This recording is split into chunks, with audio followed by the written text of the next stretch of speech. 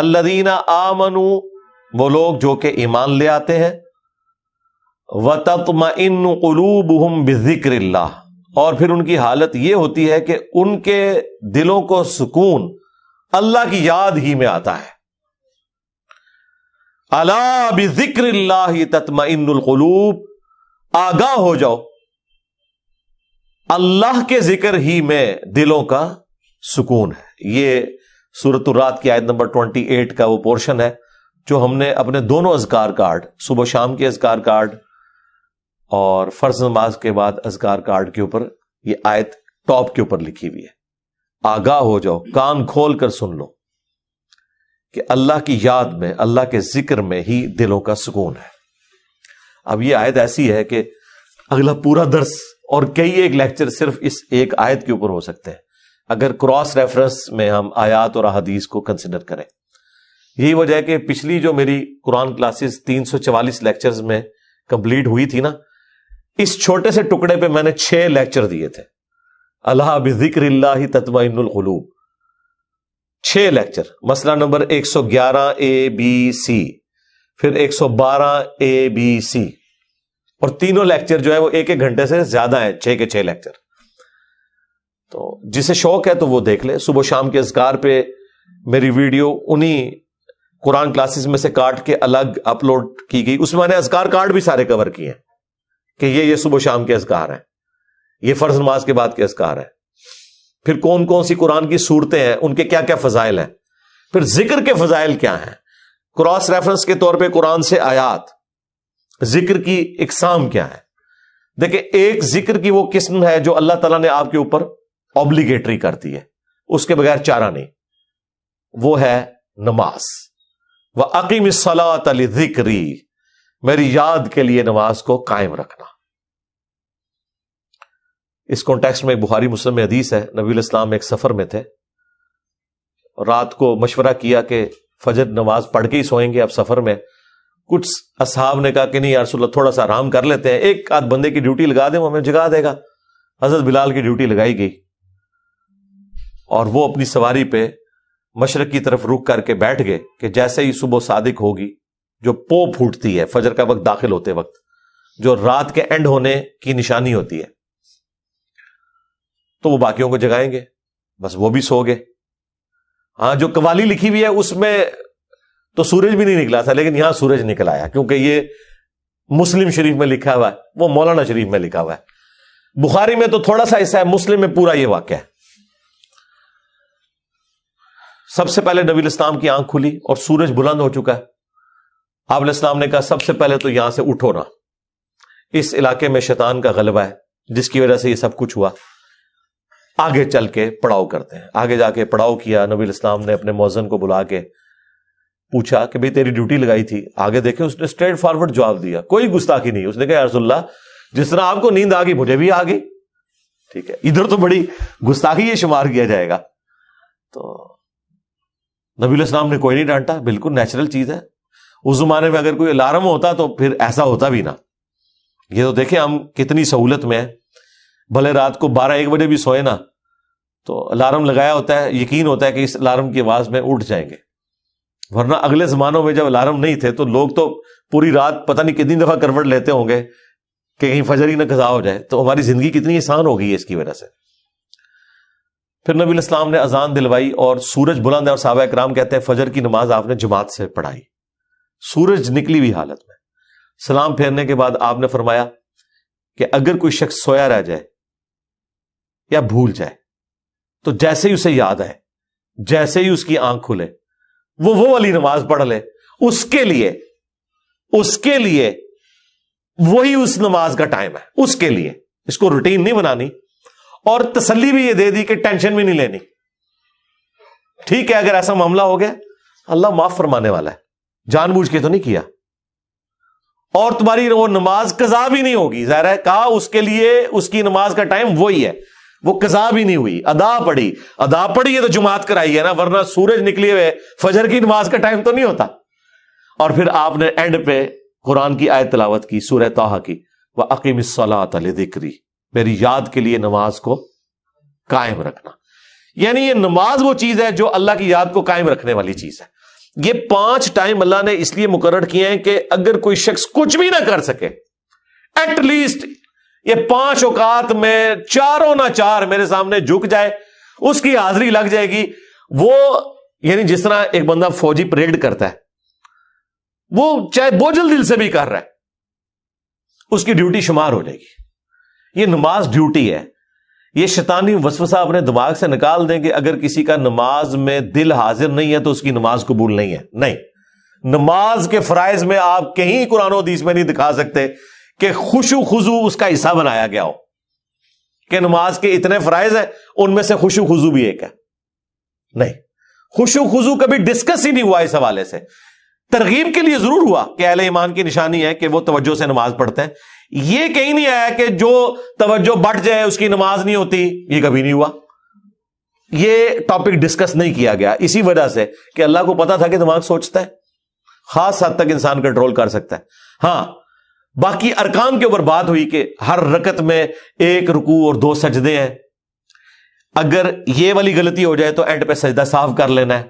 لیکن کہیں پہ خشوع خضوع نہیں ڈسکس ہوا کہ اگر کسی کو خیال آیا تو وہ نماز ہی دوبارہ پڑھے یا وہ اینڈ پہ سجدہ صاف کرے. یہ بات ڈسکس نہیں کی گئی اسی وجہ سے کہ اللہ کو پتا تھا کہ یہ ایک ڈیوٹی ہے جو انسان نے پوری کرنی ہے. اور اس دھاگے کے ساتھ انسان پھر بندہ رہتا ہے جب، تو یہ 5 اوقات میں جب اللہ کے سامنے آتا ہے نا، تو پھر وہ اللہ تعالیٰ سے اپنا دامن چھڑا نہیں سکتا. باقی کی زندگی بھی اس کی پازیٹو ہو جاتی ہے. جو اللہ تعالیٰ نے فرمایا کہ نماز بے حیائی اور برے کاموں سے روکتی ہے، اگر کنٹینیوسلی انسان پورے پروٹوکول کے ساتھ نماز کو پڑھتا رہے. تو میری یاد کے لیے نماز کو قائم رکھنا، یہ حدیث بخاری میں بھی ہے اور مسلم کے اندر بھی. یہ کتنی ڈھارس بنانے والی چیز ہے. تو یہ وہ ذکر کی فارم ہے جو اللہ تعالیٰ نے اوبلیگیٹری رکھ لی. اسی طریقے سے اپنے مال میں زکوٰۃ دینا، یہ بھی وہ فرض ذکر ہے اللہ کا جو آپ نے کرنا ہے. اللہ کی یاد. مال خرچ کریں گے تو جس کے لیے خرچ کر رہے ہیں اس کی یاد میں کر رہے ہیں، اور یہ پتہ ہے کہ اس نے پوچھنا ہے کہ نہ اگر زکوٰۃ دی تو تمہارے ساتھ یہ کیا جائے گا. جو سورہ توبہ میں آیا کہ ان کا مال جو یہ جوڑتے ہیں کنز بنا کے اور اللہ کی راہ میں زکوٰۃ نہیں دیتے، تو قیامت کے دن ان کی پیٹھوں پہ، ان کے پہلوؤں کے اوپر، ان کے ماتھوں کے اوپر یہی سونا اور چاندی گرم کر کے داغا جائے گا اور کہا جائے گا کہ یہ ہے وہ مال جو تم نے دنیا میں جوڑا تھا. اور بخاری مسلم میں تو آیا کہ سانپ کی شکل میں مسلط کر دیا جائے گا، وَلِعَوْذُ بِاللَّهِ تَعَالَى. تو یہ ایک بڑا سینسٹیو ٹاپک ہے. اسی طریقے سے حج، وہ بھی فرض ذکر ہے.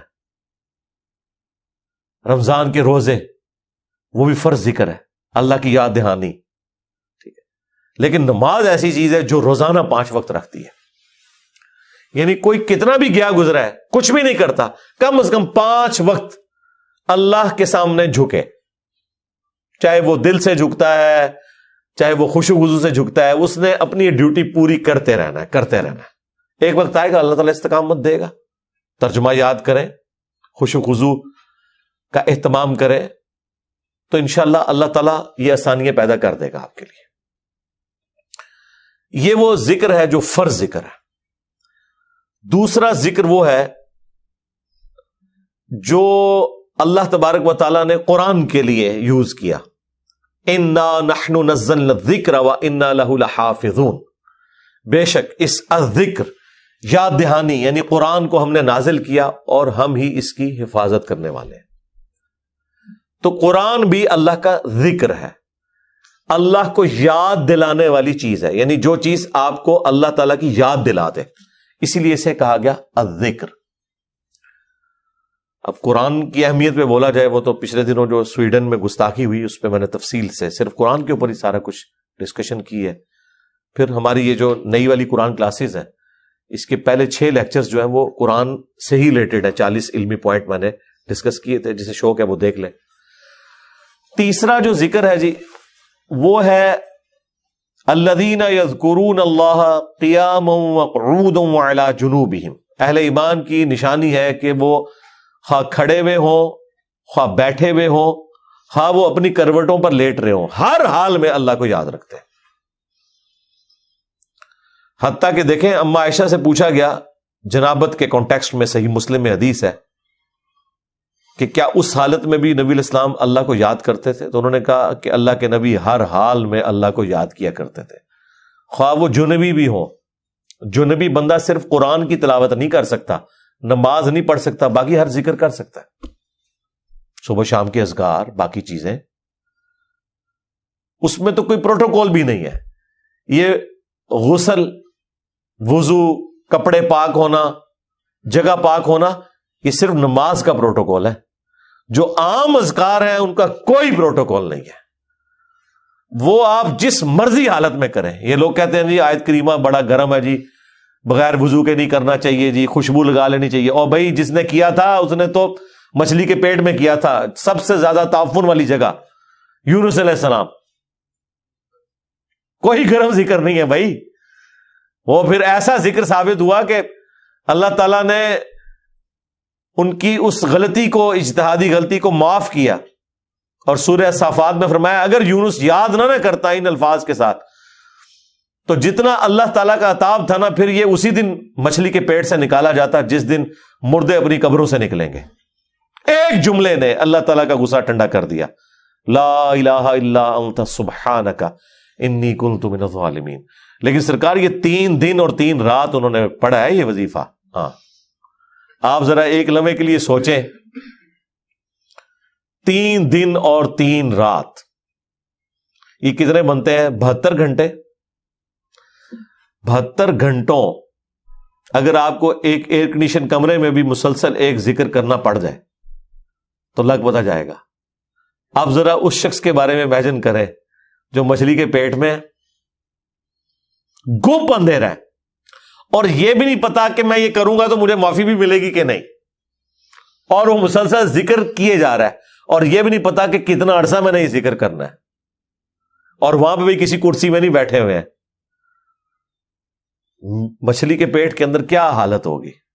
لیکن اللہ تعالیٰ نے ان کی دعا سن لی، اتنی جاندار دعا تھی۔ میں تو کہتا ہوں یہ سید الاستغفار ہے، لا الہ الا انت سبحانک، اے اللہ تیرے سوا کوئی معبود نہیں، تو تو غلطیوں سے پاک ہے، انی کنت من الظالمین، میں انسان ہوں تو میں تو غلطی کروں گا۔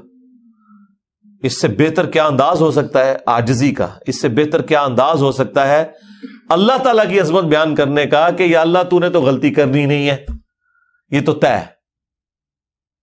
تو اگر مجھ سے پرسش کر رہے ہیں نا غلطی کی، تو میں تو انسان ہوں، غلطی کروں گا، اور مجھے اعتراف بھی ہے، میں تیری طرف رجوع لاتا ہوں۔ اللہ تعالیٰ نے معاف کر دیا۔ جامعہ ترمذی میں یہاں تک حدیث ہے کہ جو بھی یونس کی دعا کے ذریعے اللہ کی طرف متوجہ ہو، اللہ تعالیٰ اسے کبھی محروم نہیں لوٹاتا، اور یہ حصہ قرآن میں بھی ہے، وَكَذَلِكَ نُنْجِي الْمُؤْمِنِينَ، ہم مومنین کو بھی اسی طریقے سے نجات دیں گے۔ جب یہ دعا آئی نا سورہ الانبیاء میں، تو ساتھ یہ بھی ذکر آیا کہ انبیاء کی جو یہ دعائیں ہیں، خصوصاً یہ والی دعا یونس علیہ السلام کی، کوئی مومن بھی مانگے گا ہم اسے بھی نجات دیں گے۔ تو یہ جو دعائیں ہیں صبح و شام کے اذکار ہیں، جس کے اوپر میں نے پورا بلو کارڈ لکھ دیا، اور فرض نماز کے بعد اذکار ہیں، گرین کارڈ لکھ دیا۔ یہ فرض نماز کے بعد اذکار، یہ صبح و شام کے اذکار۔ تو ان اذکار میں وہ ساری دعائیں ہیں جو نبی علیہ السلام نے کی ہیں۔ یہ ہماری ویب سائٹ سے بھی ڈاؤن لوڈ کر سکتے ہیں آپ، اس کی ایپ بھی بنی ہوئی ہے، PDF فارم میں بھی ہے۔ تو یہ اذکار کریں، صبح و شام کی دعائیں، اذکار، مختلف اوقات کی دعائیں، ٹوائلٹ میں جاتے وقت کی دعا، باہر نکلنے کی دعا، صبح اٹھتے وقت کی دعا، اور رات کو سونے سے پہلے دعائیں۔ یہ مختلف اوقات کی جو دعائیں ہیں، یہ وہ ساری دعائیں ہیں جو آپ نے اٹھتے بیٹھتے چلتے پھرتے کرنی ہے۔ درود شریف بھی، درود شریف اللہ کی عبادت ہے، کیونکہ یہ دعا ہے، اور دعا جتنی بھی ہیں وہ اللہ سے کی جاتی ہیں، اور ہر دعا عبادت ہے۔ الدعاء هو العبادہ، یہ حدیث ہے سنن نسائی کے اندر، ترمذی کے اندر، اور نبی علیہ السلام نے حدیث کے اوپر اکتفا نہیں کیا، اس کے بعد آپ نے آیت پڑھی، ادعونی استجب لکم، اے میرے بندو مجھ سے مانگو میں تمہاری دعا کو قبول کروں گا۔ ان الذین یستکبرون عن عبادتی، بے شک جو لوگ میری عبادت سے تکبر کریں گے، یعنی مجھ سے دعا کرنے میں کنجوسی اختیار کریں گے، میں انہیں ذلیل و خوار کر کے جہنم میں داخل کروں گا، والعیاذ باللہ تعالی۔ حضور نے سورۃ المومن کی آیت نمبر 60 پڑھی، اسے سورہ غافر بھی کہتے ہیں، اس بات کے ثبوت میں کہ دعا کرنا عبادت ہے. تو جتنی دعائیں ہیں یہ عبادت ہے, اور یہ اللہ تعالیٰ کا وہ ذکر ہے, خواہ وہ درود شریف ہو, خواہ صبح شام کے اذکار ہوں, یا مختلف اوقات کی دعائیں ہوں, یہ اللہ تعالیٰ کے وہ ذکر کی شکلیں ہیں جس کا کوئی پروٹوکول نہیں. کوئی جنبی ہے, کوئی بے وضو ہے, کپڑے بھی ناپاک ہیں, جس جگہ پہ ہیں وہ جگہ بھی ناپاک ہے, کوئی فرق نہیں پڑتا اس سے. یہ ذکر آپ کر سکتے ہیں. مولا علی کا قول ہے جامعہ ترمذی میں سنن نبی داؤد کے اندر کہ نبی علیہ السلام کو حالت جنابت کے علاوہ کوئی اور حالت قرآن پڑھنے سے مانے نہیں ہوتی تھی. یعنی قرآن آپ نہیں پڑھ سکتے جنبی ہو, بغیر وضو کے قرآن بھی پڑھا جا سکتا ہے لیکن جنبی شخص نہیں پڑھ سکتا. لیکن جو اذکار ہے نا وہ اٹھتے بیٹھتے چلتے پھرتے, بھائی اما عائشہ سلام اللہ علیہا اس سے زیادہ کیا بات کرتی. جب جنابت کے کانٹیکسٹ میں ان سے پوچھا گیا تو انہوں نے کہا اللہ کے نبی تو ہر حال میں اللہ کو یاد کرتے تھے, خواہ وہ جنبی ہو یا نہ ہو. اور غسل جنابت فوراً کرنا کوئی ضروری بھی نہیں ہوتا, اللہ تعالیٰ نے چھوٹ دی ہوئی ہے, بس نماز قضا نہ ہو. نبی علیہ السلام کبھی غسل جنابت رات کو کر لیتے تھے اور کبھی آخری پیر اٹھ کے کرتے تھے. تو غسل جنابت ڈیلے بھی کوئی شخص کر سکتا ہے. فجر پڑھ کے اگر کسی کے اوپر غسل فرض ہو گیا تو وہ زور سے پہلے کسی بھی وقت غسل کر کے زور کی نماز, بس وہ قضا نہیں ہونی چاہیے. تو اس دوران بھی اللہ کو تو آپ نے یاد کرنا ہے. ایون ٹوائلٹ میں غسل کرنے جب جانا ہے تو اللہ ہی کو یاد کر کے جانا ہے نا. اللہم انی اعوذ بک من الخبث والخبائث, جو بخاری میں دعا ہے, اے اللہ میں شریر جنوں اور جنیوں سے تیری پناہ میں آتا ہوں. یہ دعا جو آپ مانگ کے ٹوائلٹ میں جاتے ہیں تو جنبی شخص نے بھی یہی دعا مانگ کے جانی ہے نا. باقی بھی جو مختلف اذکار ہیں وہ آپ نے لازمی کرنے ہیں, اس میں کوئی سستی والا پہلو نہیں ہونا چاہیے. ہاں قرآن پاک سے متعلق جو چیزیں وہ آپ نہ کریں. تو یہ ذکر کی 3 اقسام. نمبر 1 فَأَقِمِ الصَّلَاةَ لِذِكْرِي, میری یاد کے لیے نماز کو قائم رکھنا. اور جتنے بھی فرائض ہیں, خواہ وہ حج کی شکل میں ہو, زکوٰۃ کی شکل میں ہو, رمضان کے روزے ہوں, وہ سب کے سب اللہ کا ذکر ہے. رزق حلال کمانا بھی, یہ بھی اللہ کا ذکر ہے. اللہ کے نیک بندوں کے واقعات جو قرآن و سنت میں رپورٹ ہوئے انہیں بیان کرنا بھی اللہ کا ذکر ہے. انبیاء کرام کے واقعات کو بیان کرنا بھی اللہ کا ذکر ہے. تو سب سے بڑا ذکر نماز, اس کے بعد قرآن. قرآن تو بلکہ اپنے سٹیٹس میں دیکھا جائے تو وہ سب سے بڑا اللہ کا ذکر ہے, اللہ کی یاد دہانی والی چیز. لہذا قرآن کی تلاوت, قرآن کے احکامات کی پیروی کرنا, یہ سب کچھ اللہ کا ذکر ہے. اور تیسرے نمبر کے اوپر صبح و شام کے اذکار, مختلف اوقات کی دعائیں, درود شریف, یہ بھی اللہ تعالیٰ کا ذکر ہے. تو یہ 3 ہی اقسام ہے ذکر کی جن کے اوپر ہمیشگی انسان کو کرنی چاہیے. اور کچھ چیزیں تو اللہ تعالیٰ نے فرض کے طور پہ کر دی ہیں, جیسے نماز ہے اور باقی فرائض ہیں, اس کے بغیر آپ کا چھٹکارا نہیں ہے. بخاری اور مسلم دونوں میں حدیث ہے کہ اللہ کا ذکر کرنے والا زندہ کی مثل ہے اور ذکر نہ کرنے والا مردہ کی مثل ہے.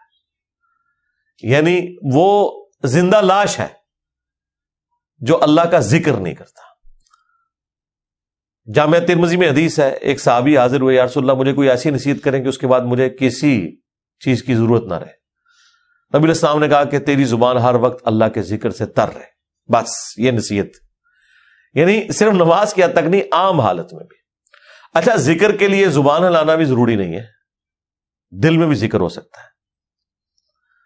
اللہ کو یاد کرنا بھی ذکر ہے,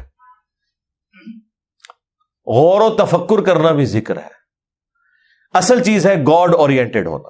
بخاری مسلم میں حدیث ہے, جب تم نماز پڑھ کے اسی جگہ پہ بیٹھے رہتے ہو نا جہاں پہ نماز پڑھی تھی, اسی مصلے کے اوپر, جب تک وضو نہیں ٹوٹتا نا, کچھ ذکر نہ بھی کرو تب بھی فرشتے دعائے رحمت تمہارے لیے کرتے رہتے ہیں.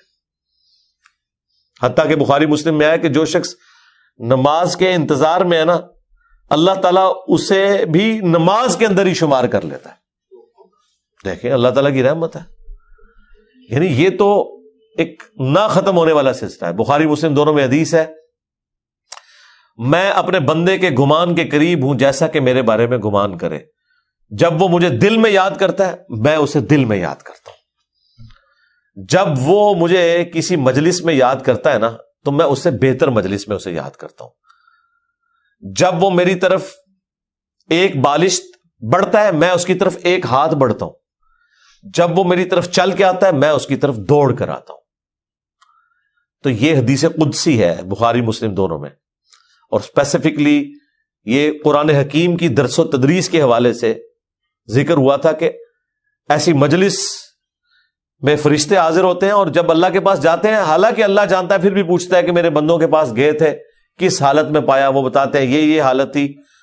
پھر اللہ تعالیٰ پوچھتا ہے مجھ سے کیا مانگ رہے تھے، فرشتے بتاتے ہیں کہ بندے جنت مانگ رہے تھے۔ اللہ تعالیٰ پوچھتا ہے کیا جنت دیکھی انہوں نے؟ کہتے ہیں نہیں، اگر دیکھ لیتے تو اس سے بھی زیادہ مانگتے۔ اور کیا کہتے تھے؟ جہنم سے آزادی مانگ رہے تھے۔ کیا جہنم دیکھی میرے بندوں نے؟ نہیں، اگر دیکھ لیتے اس سے بھی زیادہ شد و مت سے مانگتے۔ اللہ تعالیٰ فرماتا ہے تم گواہ ہو جو میں نے سب کو معاف کر دیا۔ اچھا، وہ فرشتے کہتے ہیں یا اللہ ایک بندہ ایسا تھا جو ویسے ہی وہاں پہ آ گیا تھا، اس کی نیت نہیں تھی لیکن وہ ان کی مجلس میں بیٹھا تھا۔ اللہ تعالیٰ فرماتا ہے کہ یہ لوگ ہی ایسے ہیں کہ جو ان کی مجلس میں بھی بیٹھ جائے نا ان کو بھی میں نے بخش دیا۔ وہ جو کہہ رہے ہوتے ہیں نا غوث پاک کے درس میں بھی اگر کوئی بیٹھ گیا، کہانیوں میں نہیں میرے بھائی، درس قرآن میں، وہ چاہے غوث پاک دے رہے ہو یا کوئی انجینئر پاک دے رہے ہو یا کوئی ڈاکٹر پاک دے رہے ہو، اگر اخلاص کے ساتھ کوئی اللہ کا ذکر کر رہا ہے، خالص توحید بتا رہا ہے، قرآن و سنت کی تعلیمات بتا رہا ہے، اس کی مجلس میں بیٹھنے والے کے لیے جنت کا راستہ آسان ہو جائے گا۔ وہ تو حدیث ہے صحیح مسلم کے اندر کہ جو علم کے راستے پہ چلتا ہے اللہ تعالیٰ جنت کا راستہ اس کے لیے آسان کر دیتا ہے۔ یہ تو بالکل اسٹیبلش چیز ہے۔ تو یہ ذکر ایسا معاملہ ہے کہ کوئی دل میں بھی یاد کرتا ہے نا، اللہ اس کو پھر دل میں یاد کرتا ہے۔ فَاذْكُرُونِي أَذْكُرْكُمْ، یہ تو قرآن میں سورۃ البقرہ میں ہے، اے میرے بندے مجھے یاد کر، میں تیرا ذکر کروں گا اور اس سے بہتر مجلس میں کروں گا، فرشتوں کی مجلس میں کروں گا۔ اور انسان کی کتنی خوش نصیبی ہے کہ انسان اللہ کو یاد کرے، اللہ تعالیٰ اس کے رسپانس میں اسے یاد کرتا ہے۔ انسان کا اللہ کو یاد کرنا یہ چھوٹی چیز ہے، اللہ کا اپنے بندے کو یاد کرنا یہ بڑی چیز ہے۔ ہاں، سنن ابن ماجہ میں حدیث ہے، اور یہ تعلیقاً امام بخاری بھی یہ حدیث لے کے آئے ایک چیپٹر کی ہیڈنگ میں، اور یہ اتنی رکت انگیز حدیث ہے کہ اس حدیث کو میں نے اپنے اذکار کارڈ میں بھی شامل کیا ہے کہ میں اپنے بندے کے ساتھ ہوتا ہوں اس وقت جب وہ میرا ذکر کر رہا ہوتا ہے اور اس کے ہونٹ میرے ذکر کی وجہ سے ہل رہے ہوتے ہیں۔ زبان سے ذکر کرنا یہ سب سے افضل ذکر ہے، کیونکہ اس میں آپ کی زبان، اعضاء، دل، دماغ سب کچھ شامل ہو جاتا ہے۔ دل میں بھی ذکر کرنے کا ثواب ہے لیکن زبان سے کرنا افضل ہے۔ اسی لیے آپ دیکھیں جو آبلیگیٹری چیزیں ہیں وہ اللہ تعالیٰ نے زبان کے ساتھ جوڑ دی ہیں، یعنی نماز آپ دل میں نہیں پڑھ سکتے، زبان سے پڑھنی ہے، اور کم از کم اتنی آواز سے کہ وہ خود آپ محسوس کر رہے ہو۔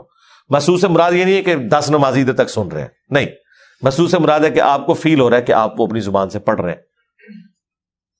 اس طریقے سے جانور قربان کرنا ہے تو تکبیر اتنی آواز سے کہنی ہے کہ آپ کے کان خود سن رہے ہو۔ جو آبلیگیٹری چیزیں ہیں وہ اللہ تعالیٰ نے زبان کے ساتھ جوڑی ہوئی ہے۔ زبان کا ذکر بہرحال دل کے ذکر سے افضل ہے۔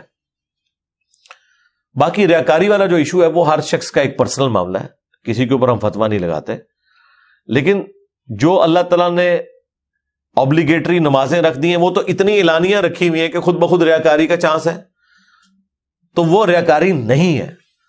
بعض اوقات شیطان کسی کو وسوسہ دلاتا ہے میں جماعت سے نماز پڑھوں گا یا مسجد میں زیادہ دیر بیٹھوں گا تو باقی لوگ کہیں گے کہ جی یہ لوگ بڑا نیک ہو گیا ہے تو اس سے میرے دل میں تکبر آ جائے گا۔ یہ شیطانی وسوسہ ہوتا ہے نہ، اس طرح نہیں سوچنا کبھی بھی۔ آپ نے خالص رہنا ہے۔ صحیح مسلم میں حدیث ہے، صحابہ کرام نے کہا یا رسول اللہ بعض اوقات ہم نیکی کا کوئی کام کرتے ہیں حالانکہ پوری نیک نیتی سے کر رہے ہوتے ہیں، یہ نیت نہیں ہوتی کہ لوگ ہماری تعریف کریں، لیکن پھر بھی لوگ تعریف کر دیتے ہیں اور وہ ہمیں اچھی بھی لگتی ہے۔ ظاہر تعریف کسے بری لگتی ہے، تو کیا یہ ریاکاری ہے؟ آپ نے فرمایا نہیں، یہ ریاکاری نہیں ہے، بلکہ یہ دنیا میں اللہ تعالیٰ کا انعام ہے اپنے بندے کے لیے کہ کسی بندے کی تعریف کوئی کرتے۔ لیکن دوسری طرف نبی علیہ السلام نے اس بندے کے لیے یہ کہا ہے کہ کسی کے منہ پہ ایسی تعریف نہیں کرنی ہے کہ وہ تکبر کے اندر مبتلا ہو جائے۔ جس کی ہو رہی ہے اس نے خواہش کا اظہار نہیں کرنا کہ لوگ میری تعریف کریں۔ تو یہ باریک سے فرق ہوتے ہیں جس کی وجہ سے بعض اوقات شیطان، میں نے کئی لوگوں کو سنا ہے کہ جی ہم نے داڑھی رکھ لی تو پھر لوگ مسائل پوچھیں گے، لوگ ہمیں نیکوکار کہیں گے، اس لیے جی ہم داڑھی نہیں رکھ رہے۔ پھر وہ قرآن و حدیث سے سب سے بڑی دلیل دینا شروع کر دیتے ہیں جی ڈاکٹر اقبال کی بھی داڑھی نہیں تھی، قرآن و حدیث ان کے نزدیک یہ ہے کہ ڈاکٹر اقبال کی داڑھی نہیں تھی، اور پوری زندگی ڈاکٹر اقبال کو یاد کرتے کرتے مر جاتے ہیں، اللہ کے نبی علیہ السلام کو پس پش ڈال دیتے ہیں۔ کئی لوگ ہیں وہ کہتے ہیں کہ جی ہاں نبی علیہ السلام خواب میں زیارت کروا کے خود منو ایک بار بھی کہہ دینا میں داڑھی رکھ لینی ہے، تو میں ان کو کہتا ہوں وہ 1400 سال پہلے کہہ کے گئے ہیں بھائی، اور اس سے بھی بڑھ کر اللہ قرآن میں کہہ گیا سورہ النساء کی آیت نمبر 119 کہ یہ شیطان کا راستہ ہے، کہ شیطان کہے گا، اس نے یہ وعدہ کیا تھا اپنے رب کے ساتھ وَلَآمُرَنَّهُمْ فَلَيُغَيِّرُنَّ خَلْقَ اللَّهِ، اے اللہ میں تیری مخلوق کو ابھاروں گا کہ وہ تیری بنائی ہوئی تخلیق کو بدل دیں گے۔ تو یہ تخلیق اللہ نے دی تھی مرد کے لیے، اتنی داڑھی رکھنا کہ جسے عرف عام میں داڑھی کہا جائے یہ مرد کے لیے اوبلیگیٹری ہے۔ تو ہر بندے نے کوئی نہ کوئی اپنے لیے لیم ایکسکیوز رکھا ہوا ہوتا ہے، تو میں ان کو بھی کہتا ہوں بھائی 1400 سال پہلے حکم ہو چکا ہے بھائی، اب کس حکم کا آپ انتظار کر رہے ہیں؟ تو بعض اوقات شیطان یہ بھی وسوسہ دلاتا ہے کہ جی اگر میں جماعت سے نماز پڑھوں گا تو لوگ کہیں گے یہ بڑا نیکوکار ہے، لہٰذا میں گھر میں ہی پڑھ لیتا ہوں۔ نہیں بھائی، جو فرض چیزیں وہ آپ نے حکم پہ عمل کرنا ہے، اپنی عقل کو اس میں دخل نہیں دینی۔ اب داڑھی بھی سامنے نظر آ رہی ہے، داڑھی تو ظاہر چہرے پہ رکھی جائے گی نا، پیٹ میں تو صرف بزرگوں کی داڑیاں ہوتی ہیں، ہاں بابوں کی، اور جو کتابوں کے ماننے والے ہیں ان کی داڑھی تو باہر ہوتی ہے، وہ تو سامنے رکھنی ہوگی۔ اسی طریقے سے نماز بھی لوگوں کے سامنے ہی پڑھنی پڑے گی جماعت سے، یہ تو ہو ہی نہیں سکتا کہ آپ کہ میں نے جماعت سے نماز نہیں پڑھنی ہے، گنہگار ہوں گے۔ یہ مرد کے لیے میں کہہ رہا ہوں، عورت تو ظاہر ہے اس کے لیے تو حکم ڈفرنٹ ہے۔ تو یہ چیزیں اللہ تعالیٰ نے اپنی یاد کے لیے، دیکھیں کتنے الارمز فٹ کیے ہوئے ہیں، ہمیں کتنے سگنل پورے دن میں ملتے ہیں۔ انسان اللہ تعالیٰ سے اپنے آپ کو بے نیاز کر ہی نہیں سکتا۔ میں ایک ہسٹری چینل کے اوپر یا نیشنل جغرافک پہ ایک ڈاکومنٹری دیکھ رہا تھا، ایک کوئی نان مسلم تھا تو وہ مختلف مسلمان اسکالرز کے پاس نا امریکہ میں انٹرویو کرنے جا رہا تھا کہ ہمیں آپ ریلیجن کے بارے میں بتائیں کہ اسلام کیا ہے۔ تو وہ امریکہ میں ایک شیعہ عالم تھے، ینگ تھے، اس سے جب اس نے سوال کیا نا کہ اسلام کیا ہے، تو اس نے کہا اسلام خدا کے گرد سینٹرڈ ہے، بس کہ ہر وقت خدا آپ کے سامنے ہونا چاہیے، یہ اسلام کی بیسک ڈیفینیشن ہے۔ واقعی اس طرح یہی بات ہے۔ اسلام کیا ہے؟ ٹو سبمٹ یور ول، اللہ کے سامنے سر تسلیم خم کرنا۔ اچھا، اب یہ بات مجھے بھی پتا، لیکن جب میں نے اس بندے کے منہ سے یہ بات سنی نا، پھر میں نے غور کرنا شروع کیا۔ اس نے کہا کہ ہر وقت اللہ آپ کے سامنے ہونا چاہیے۔ تو پھر میں نے سوچا واقعی یار اسلام تو ہے ہی سینٹرڈ اراؤنڈ گاڈ ہے، صبح سے لے کر شام تک ہر چیز خدا کے گرد گھومتی ہے۔ صبح اٹھ کے آپ پہلا جملہ کیا بولتے ہیں؟ الحمدللہ الذی احیانا بعد ما اماتنا والیہ النشور۔ تمام تعریفیں اس اللہ کے لیے ہیں جس نے مرنے کے بعد مجھے دوبارہ سے زندہ کر لیا، اور میں نے لوٹ کے اسی کی طرف جانا ہے۔ آخرت کا ذکر بھی ساتھ ہی ہے۔ یہ تلوار جو ہے نا یہ ہر وقت لٹکی رہے گی۔ آپ دیکھیں دنیا میں جتنی دعائیں ہو رہی ہوتی ہیں نا، آخرت کا، موت کا ذکر ساتھ پیرلل میں آ رہا ہوتا ہے کہ تیاری سٹارٹ ہی صبح کیا ہو رہا ہے، اے اللہ موت کے بعد زندگی دی ہے، اور پھر میں نے مر کے تیرے پاس ہی آنا ہے جو آخری موت ہے، جس کے بعد میں نے اٹھنا بھی کوئی نہیں، پھر قیامت میں ہی اٹھنا ہے۔ یہ سٹارٹ ہو رہا ہے۔ نماز پڑھیں گے، وہ تو ذکر کی اعلیٰ ترین چیز، واقعی میں صلاۃ لذکری، میری یاد کے لیے نماز کو قائم رکھنا، اور نماز کے بعد بھی اذکار، نماز کے اندر بھی اذکار، مسجد میں جانے کی دعا، وہ بھی گاڈ اورینٹڈ، مسجد سے نکلنے کی دعا، ٹوائلٹ گئے ہیں تو اس میں جانے کی دعا، اس سے نکلنے کی دعا، پھر گھر سے نکلے ہیں پھر اللہ کو یاد کر کے نکلے ہیں، جہاں جا رہے ہیں اپنا کوئی کام سٹارٹ کر رہے ہیں تو اللہ کے نام سے سٹارٹ کر رہے ہیں، اور ساتھ یہ ٹینشن لگی ہوئی ہے کہ فجر تو پڑھ لی ہے، اب زور کا وقت اتنے بجے ہے، اپنے آپ شیڈیول کو سیٹ کرتے ہیں تاکہ میں جماعت سے نماز پڑھ سکوں۔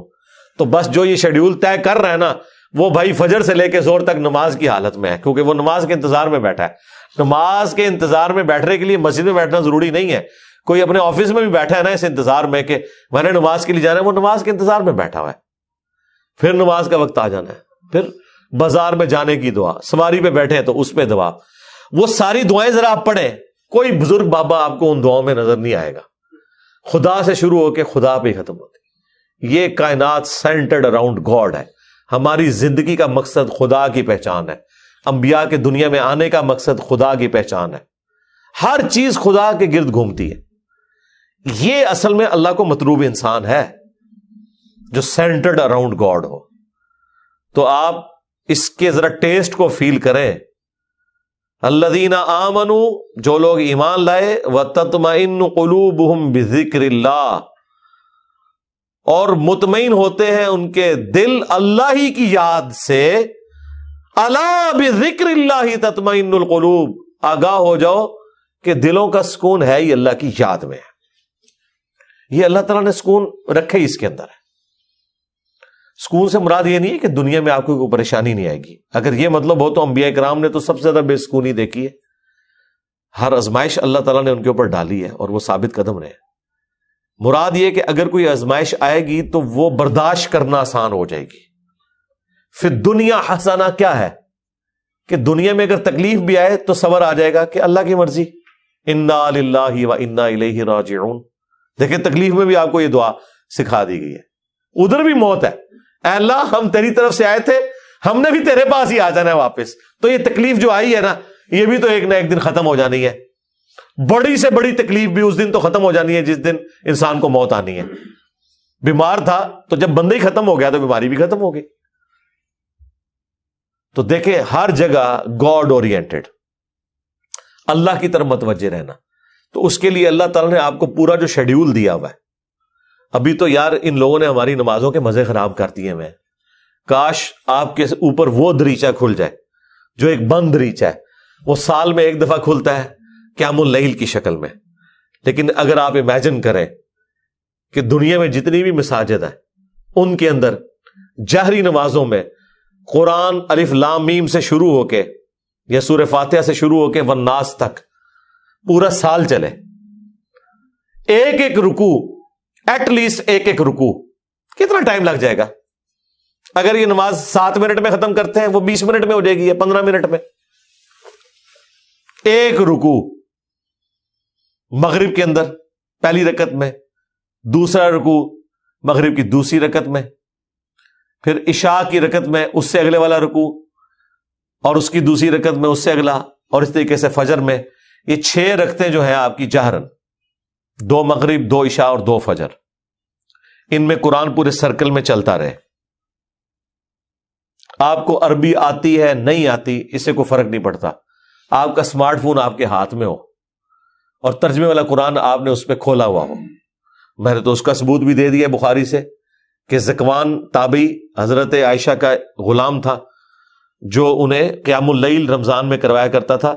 وہ حافظ نہیں تھا تو وہ مصحف ہاتھ میں پکڑتا تھا، اما عائشہ اس کے پیچھے رمضان کا قیام کرتی تھی. اس کا مطلب ہے سننے میں زیادہ آسانی اور مزہ آتا ہے بجائے خود پڑھنے کے. تو یہ حدیث امام بخاری نے ایک چیپٹر کی ہیڈنگ میں لی ہے اور اس کی پوری سند سنن الکبریٰ البیہقی اور مصنف ابن ابی شیبہ میں موجود ہے. بلکہ مصنف ابن ابی شیبہ میں تو یہاں تک ہے کہ انس ابن مالک اور باقی صحاب کے بارے میں کہ انہوں نے پیچھے قرآن اٹھایا ہوتا تھا، سامنے حافظ کھڑا ہوتا تھا اور وہ سنتے بھی تھے دیکھ کے، اور اگر کہیں غلطی ہوتی تھی تو غلطی کو پکڑتے تھے. اور اٹھانے کا فائدہ یہ ہے کہ کنسنٹریشن آپ کی رہتی ہے. انہوں نے کتنا ظلم کیا کہ ہم سے قرآن چھین لیا.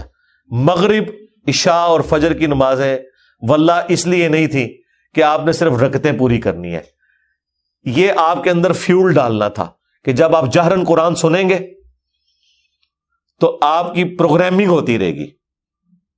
ہم کیا سنتے ہیں؟ وہی رٹی رٹائی آخری 10 صورتیں یا چند صورتوں کی آخری آیات، سورہ بقرہ کی آخری آیات، سورہ حشر کی آخری آیات، وہی جو مولویوں نے رٹی ہوئی ہیں. یار اگر حافظ قرآن نہیں بھی آپ کا امام مسجد، کوئی مسئلہ نہیں، وہ مصحف اٹھا کے پڑھ لے، کوئی مسئلہ نہیں. قرآن دیکھ کے تو پڑھنا اس کو آتا ہے نا، قاری ہے، مصحف اٹھا کے پڑھے. لیکن آپ ذرا امیجن کریں کہ آپ کی نماز کا لیول کیا ہوگا کہ آپ کو اگلی نماز کا انتظار رہے گا کہ بھئی، اور آپ یہ کوشش کریں گے کہ آپ کی نماز نہ چھوٹے، وہاں سے رکوع اگلا سٹارٹ. بلکہ میں تو کہتا ہوں گورنمنٹ لیول پہ یہ ہونا چاہیے کہ ایک اجتماعی نظم کوئی قائم کرے، اجتماعی نظم ہو پورے ملک میں.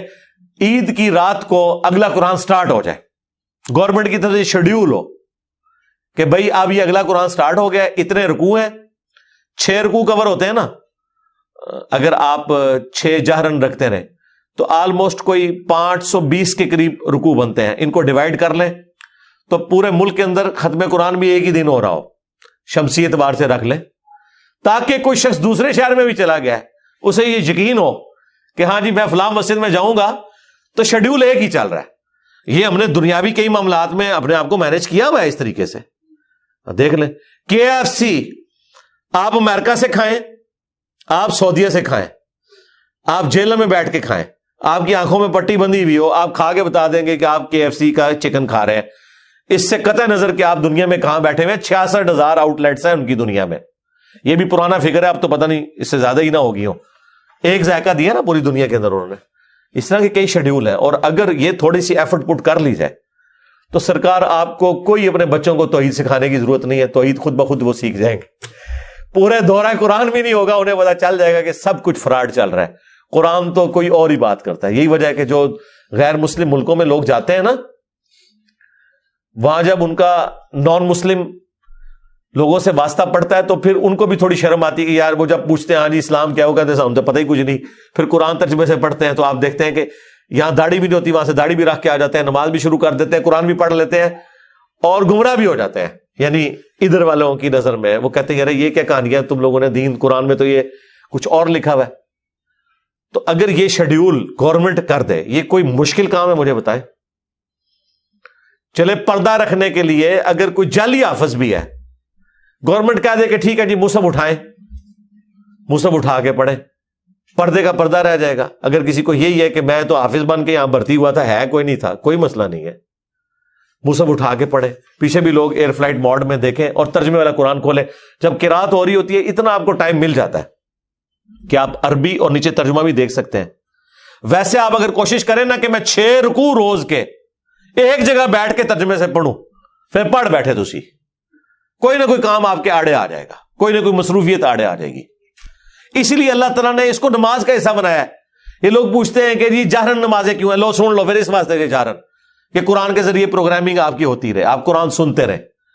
اور ابھی تو میں آپ کو یہ بتا ہی نہیں رہا کہ نبی علیہ السلام کی نماز کتنی لمبی ہوتی تھی.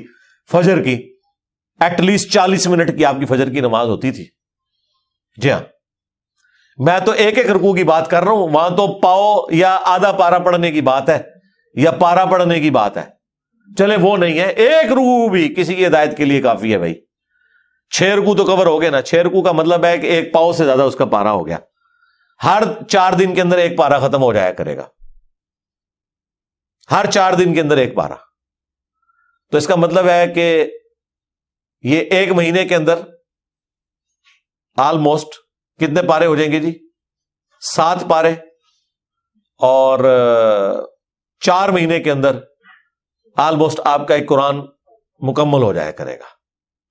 تو 4 مہینے میں اگر قرآن مکمل ہو رہا ہے تو سال میں 3 قرآن تو ویسے ہی ختم ہو جائیں گے, چوتھا تراویح میں ہو جائے گا. 4 قرآن آپ کے. تو سرکار ایک سال نہیں, ایک دفعہ بھی قرآن سے کوئی گو تھرو ہو گیا. اور پھر اللہ نے کیا اس میں مزہ رکھا ہے کہ اتنی موٹی کتاب ہے کہ بوریت بھی نہیں ہوتی. آپ جتنا بھی پڑھ لینا, دوبارہ اس سورت تک پہنچنے کے لیے اتنا وقت گزر چکا ہوتا ہے کہ جب آپ وہ دوبارہ پڑھتے ہیں آپ کو بالکل نئی لگ رہی ہوتی ہے. اگر یہ چھوٹی سی کتاب ہوتی ہے تو 2-4 بار پڑھ کے کو بوریت والا معاملہ ہو جاتا. لیکن اللہ تعالیٰ نے یہ چیز بھی رکھی, اتنی موٹی کتاب, اور ایک ایک سورت میں ایسی ملٹی ڈائریکشنل چیزیں رکھ دی ہیں, واقعات علیحدہ سے رکھ دیے, حکمت کی باتیں الگ سے رکھ دی, آخرت کا ذکر علیحدہ سے رکھ دیا, ہر اعتبار سے اس میں ٹیسٹ رکھا. تو یہ قرآن ہماری زندگی میں آ سکتا تھا. اور یہ ویڈیو تو میں نے بہت پہلے ریکارڈ کی ہے کہ قرآن کو اپنی زندگی میں کیسے لایا جائے. میرے نزدیک تو اس کے علاوہ کوئی چارہ نہیں ہے. یاد رکھیں, جو چیز آپ اپنی روٹین میں لانا چاہتے ہیں نا, کہ آپ اسے روزانہ کریں, تو پھر آپ اسے زندگی کی اس چیز کے ساتھ جوڑ دیں جس کے اوپر آپ کی 0 ٹالرنس ہے, تو وہ آپ کی زندگی کا حصہ بن جائے گی. مثلا بڑے لوگ پوچھتے ہیں جی بڑی کوشش کی تھی, 1 مہینے تک واک کرتے رہے فجر کے بعد, بس پھر بعد میں نہیں واک ہو سکی جی, ٹائم ہی نہیں ملتا. تو میں ان کو کہتا ہوں آپ اس کو اپنی روٹین میں جوڑیں. روٹین آپ کی کیا ہے؟ نماز مسجد میں جا کے پڑھتے ہو, ہاں جی, بس موٹر سائیکل نہیں اب لے کے جانا, پیدل جانا ہے مسجد میں. فجر کی نماز کے لیے بھی پیدل جانا ہے. اپنی روٹین میں آپ جانا ہی جانا ہے.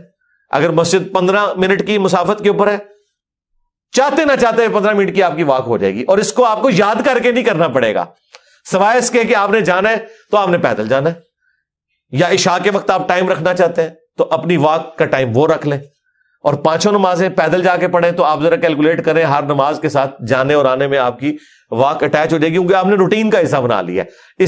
جو انسان کو اسپیشل کام کرنا پڑتا ہے نا، اس میں انسان کو تردد ہوتا ہے، لیکن جو انسان اپنی روٹین میں شامل کر لیتا ہے، بس یہ قرآن بھی میں کہتا ہوں آپ اپنی روٹین میں شامل کریں، اور اس کو شامل کرنے کا طریقہ یہی ہے کہ فرض نمازوں میں امام مسجد کی منت مارنی پڑے، کوئی مٹھی گرم کرنی پڑتی ہے اس کی کریں، اسے کہ بھائی یار چل کچھ نہیں تو فجر میں تو شروع کر یار، مغرب عشاء میں نہیں کر سکتا۔ میں آپ کو بتاؤں ہمارے اسلام آباد میں پنڈی میں ایک مسجد ہے، وہ روٹین کے ساتھ پچھلے کئی سالوں سے ان کی فجر کی نماز میں آلموسٹ 1 پاؤ قرآن کور کرتے ہیں، اور پورا سال ان کا قرآن چلتا رہتا ہے۔